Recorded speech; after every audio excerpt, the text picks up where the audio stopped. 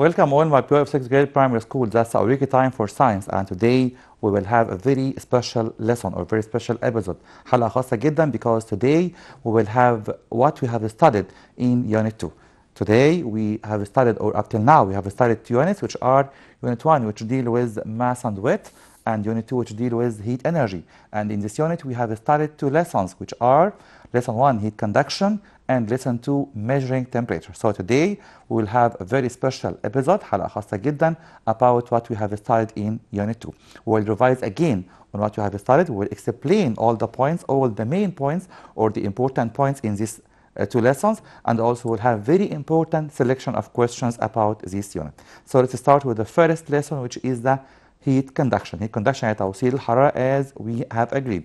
زي ما اتفقنا قلنا درس heat conduction يعني توصيل الحرارة. So let's start with a very important question. سؤال مهم جدا.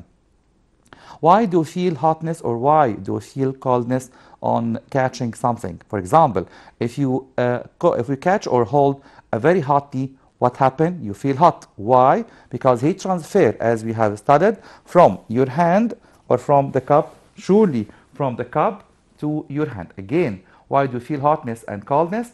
Let's study and complete them again. When you touch a hot glass of tea, you feel hot. Why? Because heat transfer, as we have studied, from your hand or from the glass, to your hand. Again, because heat transfer from the hot glass to your hand. لما امسك حاجة سخنة, I feel hot. Why? Because heat transfer from the higher temperature object to the lower. من هنا الأعلى أكيد الجلاس أو الهوت جلاس, لكن حرارته أقل هو أكيد إيديا أنا أو جسمي أنا شخصيا. So again, because heat transfer from the hot glass to your hand. Again, when you catch a hot glass of tea, what happened? You feel hotness. Why? Because heat transfer from the hot glass to your hand. So another point. When you touch a cold glass of water or iced juice, for example, you feel cold. When you touch a cold glass of water, you feel cold. Why? Because heat transfer from what? Again, because heat transfer from your hand here. It is the higher temperature to the cold glass. هنا العكس تماما.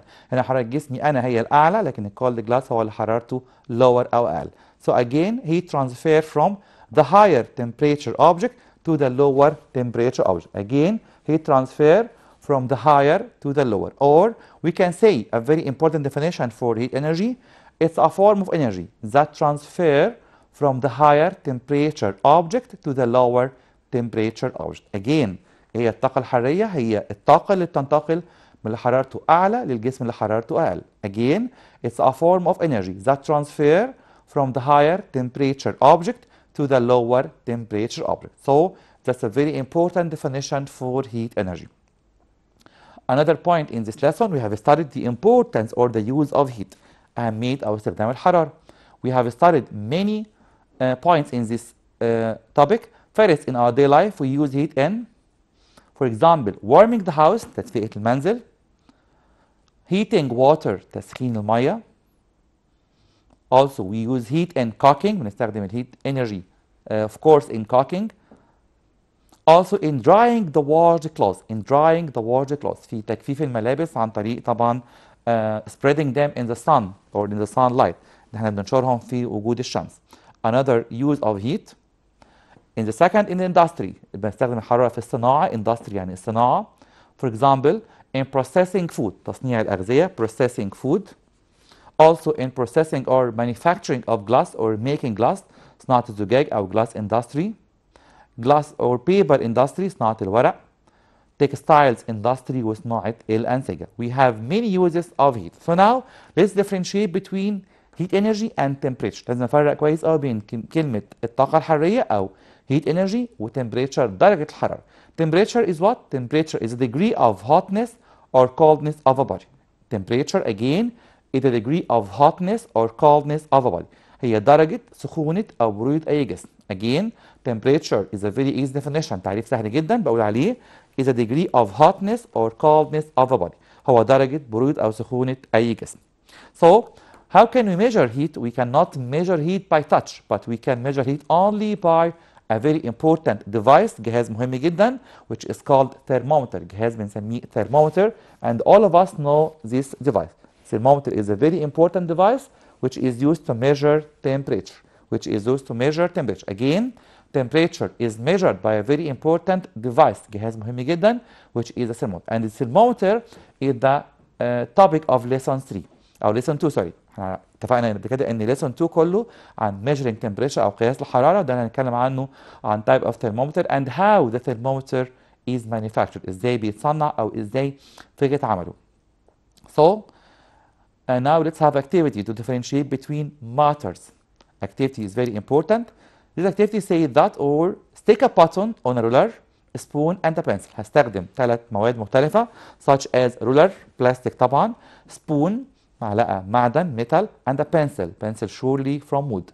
Using molten wax هثبت عليهم كلهم هثبت عليهم كلهم زرار عن طريق المولتن wax. Then fix them at the edge of the container using clay. وهثبتهم في كونتينر أو في وعاء كبير باستخدام الكلي أو الصلصال. Step number 2, pour boiled water or very hot water in the container to be half filled. هصب عليهم كلهم ماء دافي أو مية سخنة جدا كمان مش بس دافية لغاية تقريبا نص الإناء. Step number 3, what happened or what we can observe and conclude, we will find that هنلاقي إن الميتال spoon gets hotter but the plastic ruler and the pencil will be less hotter or less in heat. Why? Because metal spoon is a good conductor but plastic and wood are bad conductor. So by this activity we can conclude that a very important observation, the button falls from the metallic spoon. The metallic spoon will be very hot more. Why? Because the metal spoon is a good conductor of heat but the plastic and the wood are bad conductor of heat. So we can differentiate or we can divide ممكن أقسم كل الماترز around us into 2 types from the point of heat energy. What are they? Good conductors and bad conductor. Good conductor المواد بتوصل حرارة بسرعة جدا. Bad conductor which are the material that don't allow heat to flow through or to pass easily. هي المواد اللي ما بتوصلش حرارة أو توصل لكن ببطء شديد جدا such as wood and plastic. So we can divide all materials into 2 types which are good conductors and bad conductors. So what's meant by good conductor and also what's meant by bad conductor. عايز اعمل definition لكل واحد منهم. وقلنا اكتر مره بنحب قوي الطالب الكرييتيف اللي بيعمل definition from his own mind من مخه هو او من دماغه هو الشخصيه. عشان اعمل definition انا عايز اقول ايه هم المواد الجود كوندكتور وايه هم المواد اللي bad conductor. Good conductor they are materials that allow heat to flow through and let heat pass easily. That's a very easy and simple definition. ايه هي المواد الجود كوندكتور؟ هي المواد اللي بتسمح بمرور الحراره. But what about the bad conductors? They are materials that don't allow heat and don't pass heat or flow heat easily. يبقى الديفينيشن عكس تماما بس كل اللي هعمله انا هزود كلمه don't allow don't pass heat. بس كده كل الحكايه سهله جدا عشان اعمل definition ل good conductor و bad conductor. So now let us see the definition of each one of them. Okay? Now we have a very important definition for each one of them, good conductor and bad conductor. Good conductor of heat, such as we see now on the monitor, are material that conduct heat and let heat flow through. Are material that conduct heat and let heat flow through. So what about the example of good conductor? We have many examples of good conductor, such as iron, aluminum, copper, gold, silver, nickel, sodium, potassium. We can summarize ممكن ألخص كل اللي قلته إن كل الميتالز good conductor of heat. Again, what are the good conductor? They are all the metal. لكن طبعا مش ده definition احنا قلناه good conductor they are material that conduct heat and let heat flow through. تاني مين هم ال good conductor examples such as iron, aluminum, copper, gold, silver, all metal. So what about bad conductor? Bad conductor they are material that don't conduct heat and don't let heat flow through. هي المواد اللي ما بتسمحش مرور الحراره منها وبالتالي مش هتكون very hot او less hotter than the other. So again, they are material that don't conduct heat and don't let heat flow through. Such as what? Example of bad conductor?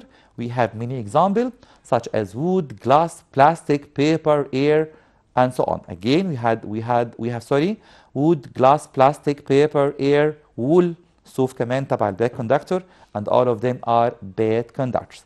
So now we have a life application. What's meant by life application؟ معناها تطبيق حياتي. يعني كأني بدرس ساينس عشان أفهم حياتي ماشية ازاي، أو عشان أفهم ازاي أفسر كل الفينومينا الظواهر اللي حوالينا. Such as what؟ Such as in cold countries في الدول الباردة windows are made in double sheets. بيعملوا شبابيك فيها double sheet يعني فيها لوحين من الزجاج with air space between them وفي بينهم فاصل من الهواء to ensure preventing leakage of heat. Why؟ Because we know that glass and air, both of them are bad conductor. الاثنين bad conductor. Look here, we have a picture for this window. This window contains what? Contains two glass sheets في لوحين من الزجاج with air space between them. Why? Why glass and air and another glass one? Because we know that glass and air are both bad conductor of heat, so it will prevent heat or prevent leakage of heat. ده هيمنع تماما تسرب الحرارة. عشان كده في الكولد كونتريز بيستخدموا double sheet window أو window with double sheets of glass. So again, give reason in cold countries we use double sheet or glass window with double sheets of glass. Surely the answer would be that because it prevents leakage of heat. Because it prevents leakage of heat بيمنع تسرب الحرارة. Because what? Because air and the glass are bad conductor of heat. So the answer now, because air is a bad conductor of heat. So another activity to know which metal is the best conducting of heat. عايز أعرف بقى دلوقتي مين هو أحسن metal لتوصيل الحرارة. Activity: put 3 rods of iron, aluminum, copper on a flame. هنحط 3 rods ثلاث ثقان او ثلاث ثقاب من الحديد والالومنيوم والكبر، عارفين ان كلهم جود كوندكتور، على فليم عشان اشوف مين فيهم هيبقى the best conducting heat. Look here, I have here copper, aluminum, iron, and on each one of them there is a button fixed with a molten wax. كل واحد منهم متثبت فيه زرار عن طريق molten wax الشمع السايح او الشمع المنصهر. So now we will find that copper the button on the copper will fall first. البutton او الزرار اللي عند الكبر هو اللي هيقع اسرع. So the copper will be the best conducting material or the best conducting metal. عشان كده الكبر كان زمان بيستخدموه in the manufacturing of cooking pots صناعة أواني الطهي because copper is the best conducting metal. هو أحسن معدن في توصيل الحرارة. So we can say that metals differ in their heat conduction. الميتال كمان بالرغم ان هي كلها good conductor لكن في اختلاف داخلي بينها وبين بعض. عشان كده بنقول ان الكوبر conducts heat faster than aluminum and copper conducts heat faster than iron. So we can summarize copper is the best conducting material. Copper again is the best conducting material because copper conducts heat faster than aluminum and faster than iron and also faster than any metal. So again, the best metal in conducting heat is the copper metal. Another life application تطبيق حياتي مهم تاني. We will find that spaces or gaps between railway tracks. بنلاقي فجوات أو فراغات بين railway tracks أو قضبان السكك الحديدية. Give reason or why. ليه بنسيب فراغات between railway tracks to avoid buckling or to avoid bending. عرفنا عن طريق الاكسبيرمنتس ان all metals او all matters تقريبا او most matter معظم المواد expand by heating بتتمدد بالحراره such as iron. Look here, iron is exposed to the sun here. Iron is exposed to the sun all the summer days so it will expand. So what happens if there is no space or gaps؟ اللي يحصل لو ما فيش space او gaps it will cause bending. هيسبب انحناء. انحناء معناه ان القطر هو جاي بسرعة جدا ممكن يحصل accident حوادث. So we leave gaps or leave spaces بنسيب فراغات أو فجوات between railway tracks. Why? To avoid bending أو to avoid buckling أو to avoid twisting. كلهم بنفس المعنى bending أو twisting أو buckling معناها انحناء and so we avoid or prevent accident. يبقى ليه بنسيب gaps أو فجوات between railway tracks to avoid bending or to avoid buckling. طب الجاب دي قد ايه تقريبا؟ بيكون تقريبا مليمتر مش اكتر من كده، يعني بسيب مسافه كبيره قوي between railway track. Imagine that there's a track, the gap is like that. So what happened in the summer days? It will expand so it will meet each other. مش هيحصل حاجه، لكن لو هي already ما فيهاش جاب زي كده هيحصل bending او buckling فبالتالي ممكن تعمل accident حوادث and it will cause many harm and many lose of spirits. ممكن تعمل خساره في الارواح لا قدر الله او خساره في الممتلكات.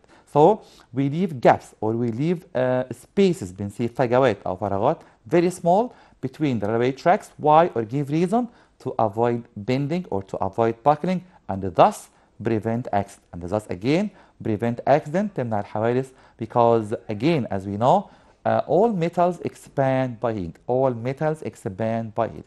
So another point or another picture, I have a very important picture for these gaps.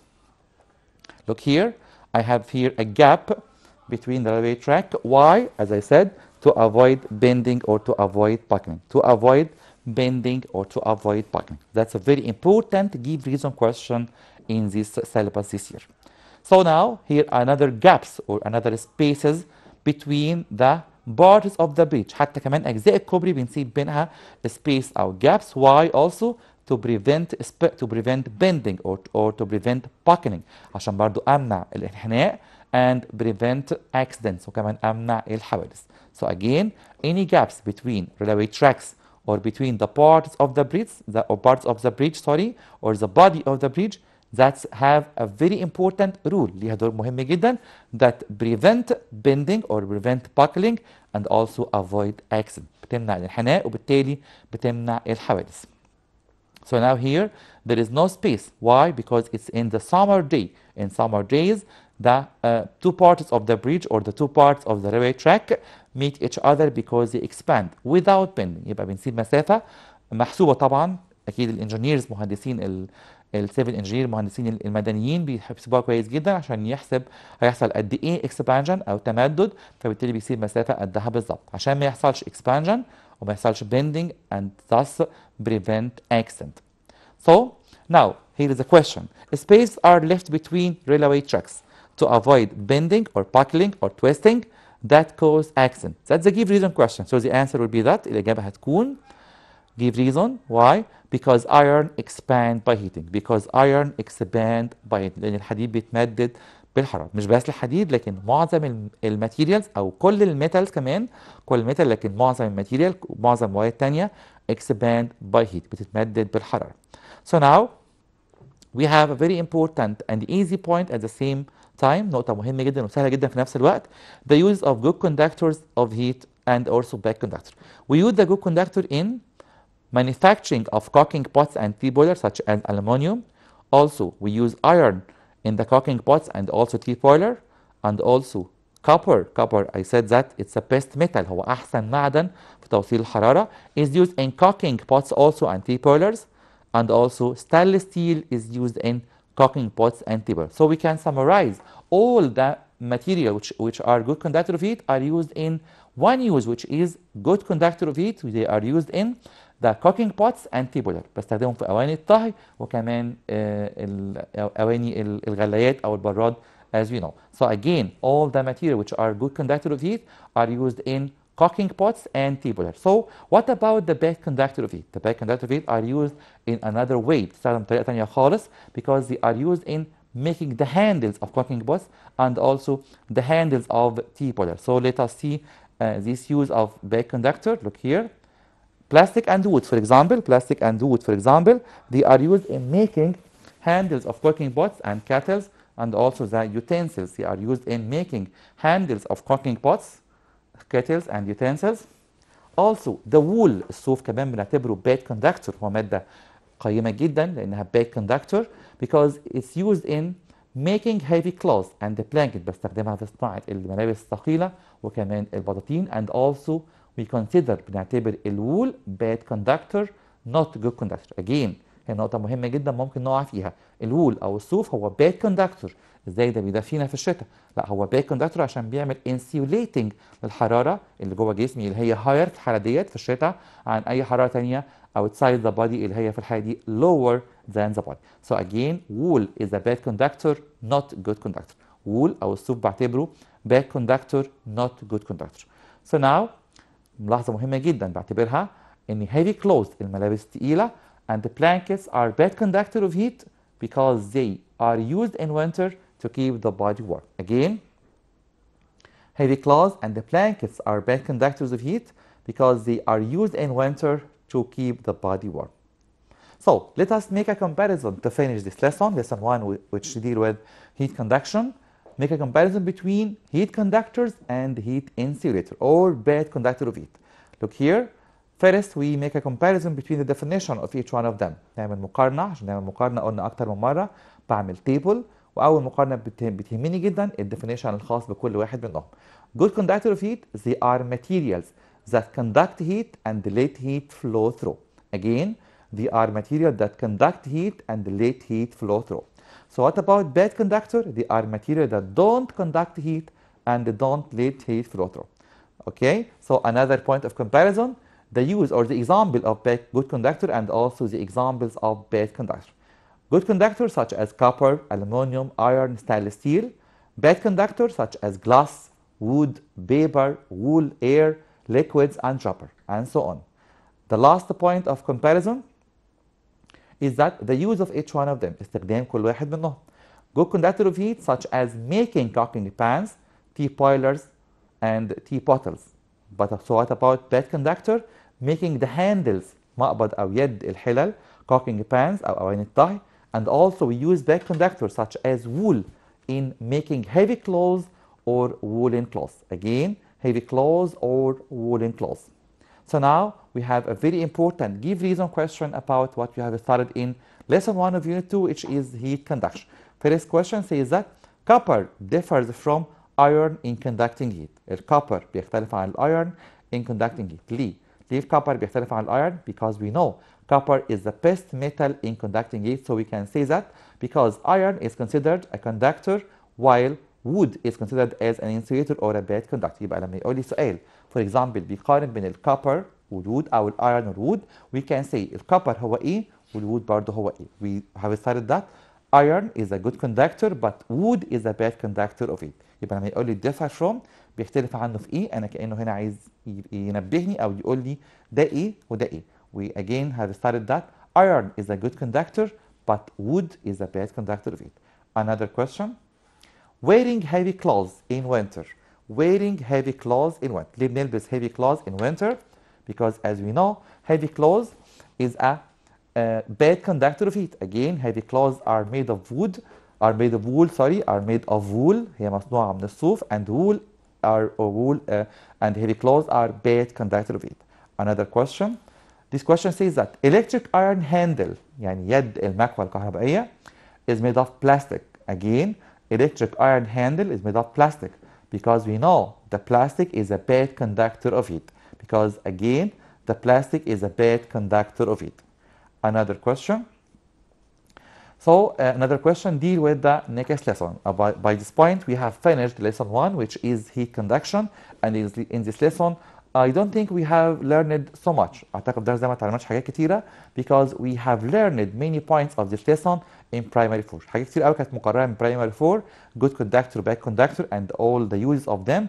But in the second lesson, we will learn more and more about how to measure temperature, about the idea of making thermometer, about the type of thermometer, and so on. يبقى الدرس تاني النهارده هنتكلم عنه درس ريتش جدا, غني جدا بالمعلومات. عشان كده هنعرف معلومات قيمه جدا فيه ازاي نقيس الحراره accurately بدقه, وانواع الترمومتر, وايه هي فكره الترمومتر بالتحديد. So now let us have this question to start this lesson. Can we measure temperature by touch? ممكن نقيس الحراره by touch باللمس like that? No, surely not. Why? Because sense of touch حاسة اللمس is not accurate, مش دقيقة. So how can we measure temperature also? Or of course we can measure temperature by the thermometer. So how can the thermometer measure the temperature?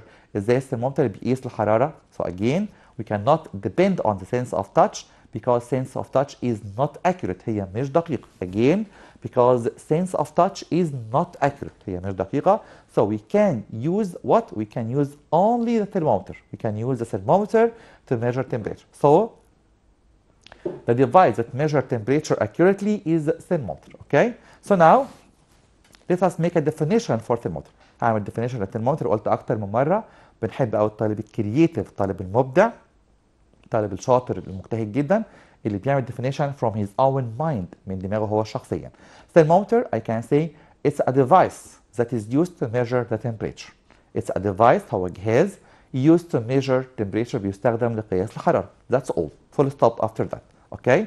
Thermometer again is a device that is used to measure the temperature. And now the main idea of the thermometer ازاي بيشتغل الترمومتر او ايه فكرته. احنا عارفين كويس قوي ان الترمومتر inside it في جواه a liquid which is called mercury سائل. And we know that liquid expand by heating and contract by cooling.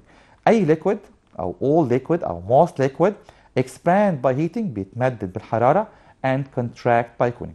So now let us have a very short video and a very important video at the same time to show how the thermometer is made. ازاي عملنا الترمومتر او ايه فكرة شغله او ازاي يشتغل الترمومتر او ازاي يتعمل الترمومتر.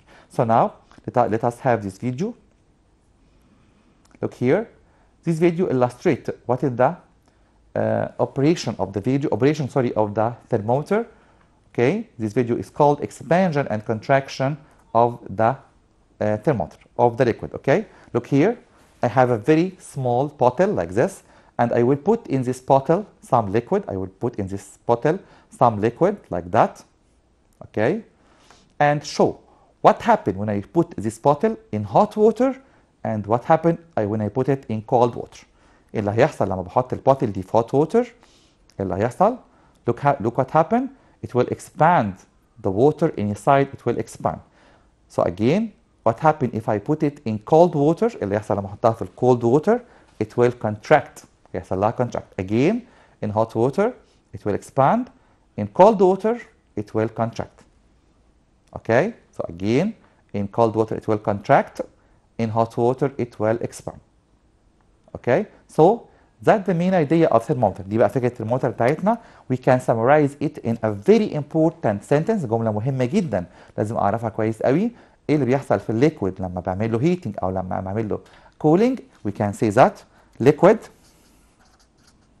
okay, liquid expand by what? Expand by heating. الليكويد بيتمدد بالحرارة. And contract by cooling. وبينكمش بالبرودة. Again, what happened to liquid on heating and on cooling? Liquid expand by heating and contract by cooling. Liquid expand by heating again and contract by cooling. And this is the main idea of thermometer. يبقى فكرة الترمومتر ازاي بيشتغل ان جواه liquid. When I put the thermometer in very hot thing like a patient mouse, for example, مثلا فم المريض, what happened to the mercury inside? It will expand so I can measure temperature. What happened when I put the thermometer in a very cold something? It will contract and also I will measure temperature. So I can measure temperature by what? By the effect of heat, بتأثير الحرارة on the mercury, على الميركوري أو الزئبق. So again, I can measure temperature by the effect of heat on the mercury, which will expand by heating and will contract by cooling. So again, the main idea of the thermometer is that liquid expand by heating and contract by cooling. Again, it's a very important idea. نقطة مهمة جدا أو فكرة مهمة جدا in our lesson today is that the liquid inside the thermometer, السائل اللي جوه الترمومتر بيحصل له إيه؟ It will expand by heating and contract by cooling. It will expand when it's heated. لما بيتسخن بيحصل له expand أو بيتمدد. And it will contract بينكمش when it's cool. لما بيبرد أو نحطه في أي حاجة cold أو باردة بيحصل له انكماش. So again, that's the main idea of the thermometer. We can say that the liquids expand by heating and contract by cooling. Again, liquid expand by heating and contract by cooling. So that's a very important idea of the thermometer. So now let's study type of thermometer. We will study two type of thermometer. هناخد نوعين من الترمومتر هما clinical or medical thermometer. الترمومتر الطبي هنسميه medical أو clinical. هنسميه تاني medical أو clinical. And also the Celsius thermometer والترمومتر المئوي. What difference between them? إيه الفرق بينهم? What's the difference? We will study them in details. هدرسهم إن شاء الله بالتفصيل. Again, we have two type of thermometer this year. عندنا نوعين من الترمومتر. Medical thermometer and also Celsius thermometer. Medical thermometer and also Celsius thermometer. So now let's start with the medical one. نبدأ بالترمومتر الطبي. هو الأكثر شيوعا في حياتنا. أكيد هنلاقيه في البيت. ممكن كمان في المدرسة. في العيادات أكيد أو في عيادة المدرسة and so on. So now we have the medical thermometer. It consists of what? It consists of a very important part which is here. هنا في جزء مهم جدا بنسميه mercury pulp. Mercury pulp او خزان الزئبق او مستودع الزئبق، هو عباره عن تيوب ضيقه جدا لكن already filled with mercury، مليانه بالميركوري، مليانه بالزئبق. and also a very narrow tube، انبوبه ضيقه جدا بنسميها capillary tube، كلمه اول مره يمكن نسمعها. capillary tube اللي هي لونها اصفر غالبا هنا، اللون دوت. اوكي، this is called the capillary tube. and also a very wide tube، انبوبه واسعه شويه which is called transparent thick glass tube، هي اللي من بره دي انا شايفها، دي بنسميها transparent thick glass tube. يبقى عندنا mercury pulp، capillary tube، transparent thick glass tube، انبوبه زجاجيه شفافه لكن سميكه برضه عشان ما تتكسرش بسهوله. and also a very important part، جزء مهم قوي جدا، مهم هنا في الميديكال ثيرمومتر، هنسميه constriction، اختناق. يعني ايه اختناق؟ يعني التيوب الضيقه ديت، الانبوبه الضيقه اللي سميناها capillary tube، هي اوريدي مش ماشيه ستريت لاين كده، لا هي راحت كده ورجعت تاني شويه. يعني في هنا كده constriction، اختناق، ليه وظيفه مهمه جدا. ايه وظيفته؟ انه prevent mercury، بيمنع الميركوري from going back، انه يرجع تاني when the measure or when on measuring temperature. For example, if I measure temperature of a patient، لو بقيس حراره مريض and the temperature of the patient for example is 39. Okay, when I take out the thermometer from the patient mouth، لما خرج الترمومتر surely the temperature or the mercury will contract as we have seen in the short video. So how can I measure temperature accurately؟ يعني لما اشيل الترمومتر من فم المريض الحراره هتنزل. طب ازاي ما خليهاش تنزل؟ هنعمل حاجه هنا اسمها constriction، يعني التيوب تبقى ضيقه شويه تخلي الميركوري يطلع لكن ما ينزلش. It allows the mercury to go up not falling down easily، تخلي الميركوري يطلع لفوق لكن ما ينزلش بسهوله. So again there is a very important structure in the medical thermometer. في حاجه مهمه جدا موجوده في الميديكال ثيرمومتر او الترمومتر الطبي لكن مش موجوده في الترمومتر التاني اللي هو هنسميه سيلزس. ايه هي؟ هنسميها constriction. constriction يعني اختناق، ليها وظيفه مهمه جدا، هي prevent mercury، انها بتمنع الميركوري from going back quickly، انه ما يرجعش بسهوله او بسرعه. So I can measure temperature accurately. So again there is a very important part، في جزء مهم قوي في الميديكال ثيرمومتر هنسميه constriction and its function، its rule، دوره او وظيفته is to prevent mercury from going back quickly and so it give me the opportunity، يديني فرصه to read the temperature accurately، عشان اقرا الترمومتر بدقه. So again that the medical or the clinical thermometer it consists of 4 main parts، بيكون من 4 اجزاء رئيسيين هم mercury pulp، مستودع الزئبق، capillary tube، انبوبه شعريه بنسميها كده بالعربي capillary tube لانها فعلا او يعني تقريبا بحجم الشعره، رفيعه جدا جدا جدا عشان كده بنسميها capillary tube او انبوبه شعريه. and also thick transparent glass tube، انبوبه زجاجيه سميكه شفافه في نفس الوقت، اللي هي من بره انا شايفها كويس قوي، اللي عليها الديجريز او الماركس الدرجات. and also a very important part which is the constriction او الاختناق. So now let us see the structure of the thermometer. Look here, or we can now have a definition for the medical thermometer. ممكن اعمل definition للميديكال thermometer. I can say it is a thermometer that is used to measure the temperature of the human being. هو الثرمومتر اللي بيستخدم لقياس درجة الحرارة. Again, it is a thermometer that is used to measure the temperature of the human being. Also again, medical thermometer هو الترمومتر اللي بيقيس حرارة الإنسان. عشان كده هقول عليه is a thermometer that is used to measure the temperature of the human being. So now, another picture for this thermometer, the medical or the clinical thermometer, and also the structure. Its structure, it consists of 4 main parts. قلنا بيتكون من 4 أجزاء رئيسيين هما transparent thick glass tube، أنبوبة زجاجية شفافة سميكة. capillary tube، دي أهم حاجة فيه أو جزء مهم جدا فيه. capillary tube أنبوبة شعرية. mercury pulp، وده مستودع الزئبق اللي بيكون فيه الميركوري. and also the most important part، أهم جزء في الثرمومتر هو constriction، الاختناق اللي ما بيسمحش الميركوري انه يرجع بسهوله، فاقدر اقرا الثرمومتر بسهوله. عشان كده نقطه مهمه جدا بنلاحظها في الثرمومتر، ما ينفعش استخدمه الا لما اعمل له شيكينج اكتر مره، لازم اهزه كتير جدا عشان ارجع الميركوري مره ثانيه للبدايه. So again it consists of 4 main parts which are transparent thick glass tube and also capillary tube. Number 3 the mercury pulp.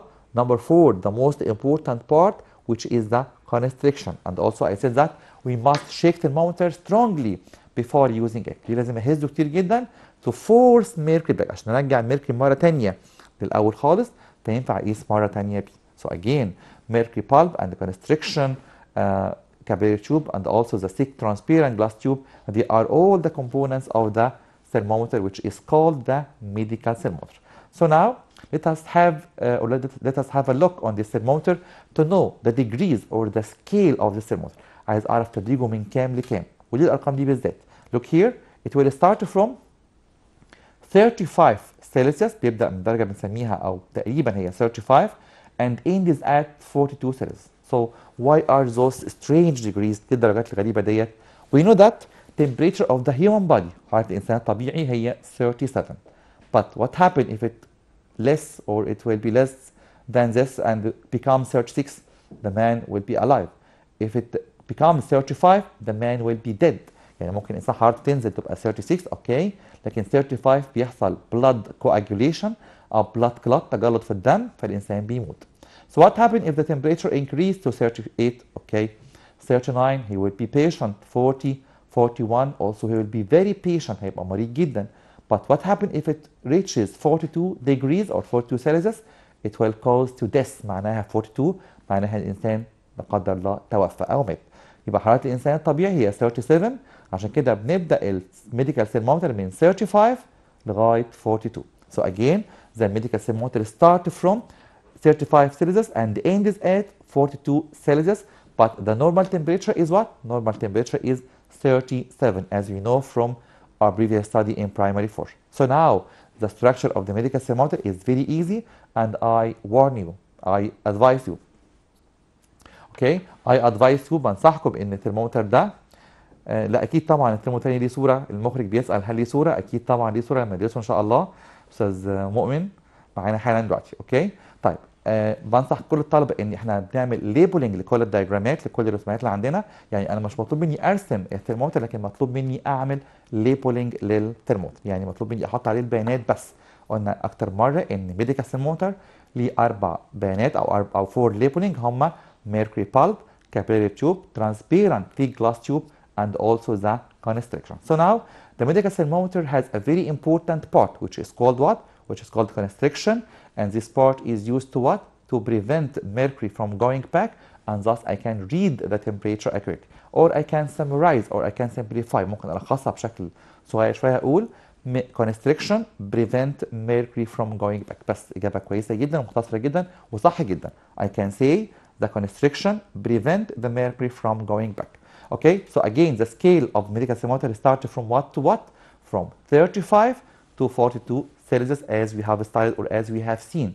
زي ما شفناها حالا في الفيديو. Again the scale of the medical thermometer starts from 35 to 42 Celsius. Each degree is divided into 10 parts equal 1 over 10 degree.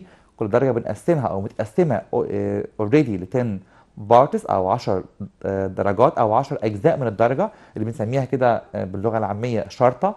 عشان كده ممكن نسمع واحد يقول حراره الانسان 37 وشرطتين معناها 0.2، يعني كأن معناها كده 2 من 10 من الدرجه. عشان كده الترمومتر الطبي very accurate دقيق جدا جدا جدا. اوكي so now how to use medical thermometer. انا عارف ان المخرج متضايق شويه عشان طولنا في الميديكال، لكن اوريدي هو اهم فعلا في منهجنا. ازاي استخدم medical thermometer؟ we have many important procedures، اجراءات مهمه جدا عشان نستخدم medical thermometer. let's start with them. number 1 sterilize by ethyl alcohol. لازم اطهره بالكحول الايثيلي. طب اوريدي لو ما عنديش كحول ايثيلي I can use any perfume. بستخدم اي perfume to sterilize the ethyl alcohol or sterilize the thermometer by ethyl alcohol. Number 2 dry by tissue paper. بجففه بمنديل او ورق مناديل عشان طبعا اكيد الالكحول ممكن يسيب اثر مش كويس. Number 3 shake the thermometer. That's a very important procedure. نقطة مهمة جدا. shake thermometer until mercury goes back. لازم اهزه اكتر مرة لغاية ما اتاكد تماما ان الميركوري رجع تاني لقبل 35 او للستارتنج بوينت اوف ذا thermometer. Again shake the thermometer until mercury goes back to the pulp. بهزه اكتر مرة عشان ارجعه تاني للبالب. Number 4 put it under the tongue for a minute. بحطه تحت اللسان مش فوق اللسان في فم المريض for a minute or two لمدة دقيقة أو دقيقتين. Number 5 get it out and read it. هقراه. Number 6 sterilize again by ethyl alcohol، بطهره مرة تانية بالكحول الإيثيلي. Number 7 put it in its box، برجعه تاني للصندوق أو علبته الأصلية عشان ما يتكسرش، لأنه خطر جدا إنه يتكسر، هنعرف بعد شوية ليه. So now we have a nota bene، ملاحظة مهمة جدا. Don't seize the thermometer، ما تدوسش عليه أكتر من مرة أو تدوس عليه بقوة جدا firmly with your teeth in order not to break، عشان ما يتكسرش. طب لو اتكسر يعني ايه المشكلة؟ يعني هو مش غالي قوي. لا، هي المشكلة مش موضوع سعر، because mercury is a toxic or poisonous material. الميركوري اللي جوه الثرمومتر على الرغم ان هو مادة valuable جدا، قيمة جدا في قياس الحرارة، لكن هي في نفس الوقت سامة. poisonous toxic هي مادة سامة that may cause to this، ممكن تسبب الوفاة. So again don't seize the thermometer firmly with your teeth in order not to break، عشان ما تكسروش، because mercury is poisonous or toxic material. So now let us have a picture for this. If this happen, please don't swallow the milk. لو حصل والthermometer gets broken، اتكسر inside the mouth patient، we advise the patient not to swallow the milk. اوعى تبلع mercury ابدا، نصيحة مهمة جدا، because mercury is a toxic or is a poisonous material، مادة سامة، مادة خطرة جدا في نفس الوقت. So now the thermometer must be vertical and the direction of the sight must be horizontal during reading the temperature. الترمومتر لازم يكون vertical عشان نعرف الحرارة بسهولة جدا. So now let us have another type of thermometer which is digital. Digital displays the temperature digitally، بيعرض الحرارة بشكل رقمي، لكن ما عندناش تركيبه في منهجنا، احنا عندنا بس الميديكال and the Celsius one. So now let us have the second type، النوع الثاني هنسميه Celsius thermometer أو الترمومتر المئوي. It is the thermometer that is used to measure temperature of liquid. ده بستخدمه عشان اقيس بيه حرارة الليكويد and also the atmosphere، وكمان حرارة الجو. And here is the picture or the image of this thermometer. Okay, look here. It starts from 0 Celsius، بيبدأ من الزيرو and ends at 100 Celsius، بينتهي عند 100 وربما كمان more than this، ربما يوصل ل 200. In this thermometer I will find it's very similar to the last one. هو شبه جدا الميديكال، لكن الفرق الوحيد بينهم انه ملهوش constriction، ما عندوش اختناق، عشان مش محتاجه. I don't need it. I put this thermometer in liquid such as milk, such as juice, such as anything to measure temperature of the liquids only and atmosphere, not the animals. ما بستخدموش للحيوانات لانه برضه خطر جدا، ان الميركوري toxic material. So again this thermometer is used for what? Used for measuring temperature of the liquid and atmosphere. Look here, it's another picture. It started from what? It started from 0 Celsius and maybe less than this. هنا بيبدأ من negative 10 أو minus 10، يعني أقل من 0 كمان، and reaches 100 Celsius or more than this، ممكن كمان أكتر من كده، 110 120 200 300 and so on. لكن السكيل التدريج النورمال بالنسبة لنا هو من 0 ل 100 سلسيوس، من 0 ل 100 سلسيوس، عشان كده سميناه الترمومتر المئوي لأنه بينتهي عند 100 درجة مئوية. Okay, so this thermometer is called what? This thermometer is called Celsius thermometer، بسميه Celsius على اسم العالم اللي عمل الترمومتر. Its structure is similar to the medical one. تركيبه مشابه جدا للميديكال للطبي، لكن الفرق الوحيد ان ما فيهوش constriction. Number 1 transparent thick glass tube. Number 2 capillary tube. Number 3 mercury pulp. Again, transparent thick glass tube, capillary tube closed from one of its end and connected to the mercury pulp, and also the mercury pulp at last. Here is no constriction. أنا ما عنديش أي اختناق خالص لأني مش محتاج له. نوتة بينا، ملاحظة مهمة جدا. The scale of the Celsius thermometer starts from 0 Celsius and ends at 100 Celsius. بيبدأ من 0 بينتهي عند 100، لكن الميديكال كان بيبدأ من 35 and ends at 42. Okay? The Celsius thermometer has no constriction. Why or give reason? Because I don't need it. مش محتاج له. Again, Celsius thermometer has no constriction، ما فيهوش أي اختناق. The Swedish scientist Andres Celsius، العالم الشهير جدا Andres Celsius، created this Celsius scale in 1747. مهم قوي نعرف أسماء العلماء لأن هم اللي خدموا البشرية بجد. Again, Swedish scientist Andres Celsius created this Celsius thermometer or Celsius scale in 1747. And now we must know that he considered the 0 Celsius as the melting point of ice. ليه هو بدأ من الزيرو لغاية 100؟ لأنه الزيرو بنعتبره melting point of ice، يعني بعتبر درجة انصهار الثلج عند الزيرو فعلا. And also the boiling point of water is 100. He considered also 100 Celsius is the boiling point of water. So Celsius you choose two main important degrees. استخدم درجتين مهمين جدا هم 0 و 100. ليه دول بالذات؟ لان 0 هو الميلتنج بوينت اوف ايس، لكن ال 100 هي البويلنج بوينت اوف ووتر، يعني من بدايه الثلج او من اول ما يتكون الثلج يتحول لميه هي دي 0، لما الميه تتحول للجاس او يحصل لها evaporation هو ده ال 100. عشان كده سيلزيوس استخدم ال 2 degrees دول عشان يعمل بيهم الثرمومتر بتاعه. So now we have studied everything about unit 2. We have studied heat conduction توصيل الحراره, and also we have studied what's the main difference between good conductor and the bad conductor. Good conductor again are material that conduct heat and let heat flow through, but bad conductor are material that don't conduct heat and don't let heat flow through. Give me example. مهم قوي example. انا عارف ان كل الميتال good conductor such as what? Such as iron, copper, nickel, sodium, potassium, gold, silver, any metal you have studied. Even if mercury, حتى الميركوري كمان بعتبره good conductor لانه already هو كمان metal. وده عندنا سؤال مهم جدا للميركوري. ليه بستخدم ميركوري بالذات في الترمومتر؟ Because we know that mercury is a very good conductor material and it's a regular expanding material and also it can be seen easily. سؤال مهم جدا ليه بستخدم ميركوري في الترمومتر because it's a very important metal that conduct heat. يبقى درسنا حاجات مهمة جدا النهارده، رجعنا على كل unit 2 which is the heat conduction and also we have studied the main difference between good conductor and bad conductor and the uses of each one of them, and also lesson 2 which is full of many valuable information. lesson 2 درس مهم جدا مليان بالمعلومات القيمة جدا. درسنا فيه type of thermometer انواع الترمومترات، درسنا فيه خاصية مهمة جدا بتحصل للليكويد، هي ان الليكويد expand by heat and contract by cooling، بيتمدد بالحرارة وينكمش بالبرودة. ودي الفكرة اللي استخدمها سيلسيوس او اندريس سيلسيوس انه يعمل ازاي ثرمومتر، عشان كده حط جواه ليكويد زي الميركوري عشان يحصل له expanding when it is heated and contracting when it's cooling. So now I have a very important give reason question. This question says that give reason, okay. Mercury is used. ليه بستخدم mercury بالذات؟ يعني mercury is used in making thermometer. ليه بستخدم mercury تحديدا؟ Okay. Now let us see this question on the monitor. هنشوف الإجابة على المونيتور. Okay.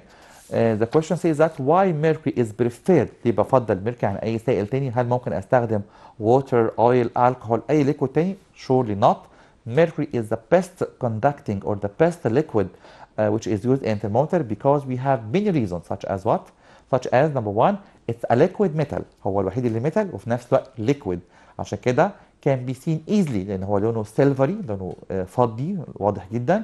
Can be seen easily from the glass tube. يبقى number one, it's a liquid metal that can be seen easily and also it's a good conductor of heat. هو موصل جيد للحرارة and also it's a regular expanding material and at last it doesn't stick to the glass tube of the thermometer. So now by this question I am afraid I have reached the end of this episode and I hope to meet again next week inshallah, next Thursday, to have another lesson of new unit which is unit 3 that deal with gases which we have studied before in primary 4, and we will start inshallah with the first lesson which is the oxygen gas. And now thank you and goodbye.